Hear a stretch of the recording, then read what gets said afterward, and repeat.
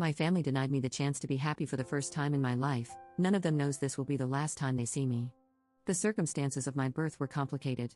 I broke up 2 marriages, and my family has never been shy about how they feel about me for that. Only one of my brothers has gotten drunk enough to tell me to my face that he resents me for existing, but I know it exists within all of them, at least in some way. I'm much younger than all my siblings, and there was so much that happened out of our hands that I made excuses, but my whole life, I've never quite felt part of the family. As a child, I told myself we'd make up for lost time once I got older, and we could talk as equals. Now, at 23, I see glimpses of the life I wished I'd have, but in the end, I'm always too much trouble to be included. No one talks to me, and I hear everything from my father. I had to find out my niece was in a car accident from him. I had to find out my other niece had a miscarriage from him. I had to find out my oldest brother had a brain tumor haphazardly on a phone call with my father, which he didn't even know I was unaware of. I've known for a while I'm the only one trying, but for the sake of my dreams, I've given every opportunity for them to let me in, but I just can't do it anymore. I have a psychiatric service dog who aids me with CPTSD. He is the single greatest thing to happen to me. Not only did he save my life from myself, but he has made life livable. He can tell when I'm panicking, and he knows pressure therapy to help me through an attack. He stops me from hurting myself in meltdowns, sits with me until the only noise I can hear anymore is his snoring on my lap. He allows me to go grocery shopping by myself. He is my soulmate, and anyone who knows me knows how important he is to me. My dating life isn't thriving, so I took a shot in the dark and asked my niece if she minded if I brought my service dog as my +1 for her wedding at the end of this month. I have to fly across the country to go, so I will be bringing him anyway since I cannot fly alone. I figured it couldn't hurt to see if he could not have to stay in the hotel all night. I do not technically need him for the event, since I'll know every guest, and I will be drinking pretty heavily to cope, but getting to spoil him with a bow tie, dancing, and steak sounded like the perfect reward for helping me on my flight. Several times, I emphasized that I understood it was an odd request, and she could say no if she wanted. She was emphatic that he could come.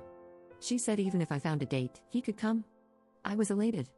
For once, I felt seen, I felt cared about, I felt valued. And then I got a call from my dad. No one wanted to make things awkward, but the mother of the bride was not okay with a dog being at the venue. I explained that he is a trained service animal and will not impede the ceremony in any way, and I'd of course remove him if he did. Still, he said they didn't like it. I was so tired of hearing everyone else's words through my father. He won't be around forever, and sooner or later, they will have to start talking to me. I had one request: let the bride tell me. When I asked her, she said yes, and until she told me she changed her mind, I was under the assumption he could go. Well, I never heard back. My dad kept dropping hints when I call him, but I told him what my expectations were. When I RSVP'd, I put my dog as my +1 on the response to let them know I wasn't backing down this time. At this point, I didn't even care if she said he couldn't go, I just wanted to hear it from her. The next morning, I woke up to an email from my father. Not even a text, an effing email explaining that my niece didn't want to be the bad guy, but my dog was not welcome at the wedding. He said he was sorry, but he could still come with me to the hotel if I wanted. Something inside me broke, I think. I realized this is truly a helpless case. They are never going to respect me the way I crave them to. To this day, not one of our conversations has been started by them. I always initiate, and now, the one time I request direct contact, I get an email. Family means everything to me.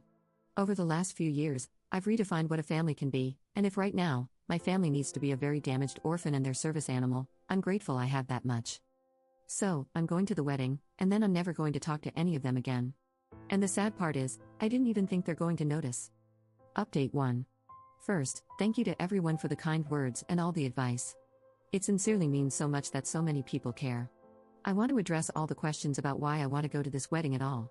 There are plenty of practical reasons that I can name, but the truth is, I need to go for my own closure. I have a strange relationship with death and loss. My mother passed when I was 5, and my family split up right after. I've lost several caregivers to serious diseases, grieving their death as they lived. I've learned how to navigate my grieving process. If I don't go to this wedding, I will regret it. Not only is it my last chance to see my childhood family all together in one place, but if I don't go, I show them they can bully me. I do not want to make a spectacle of my trauma with them, but that does not mean I have to walk away with my tail between my knees. I'm not scared of them. My relationship is non-existent, but I did see my siblings, cousins, nieces, and nephews fairly regularly. When I was a kid, they intimidated and bullied me into silence, but I'm not a child anymore. I lived with these people. I can manage one night, if for no other reason than to prove they cannot control me. So, I went to the wedding.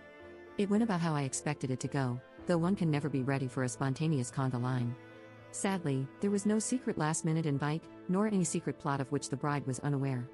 She felt bad saying no, so she lied, and she didn't want to tell me that, and she still didn't, even at the wedding. No one really said much at all, in fact.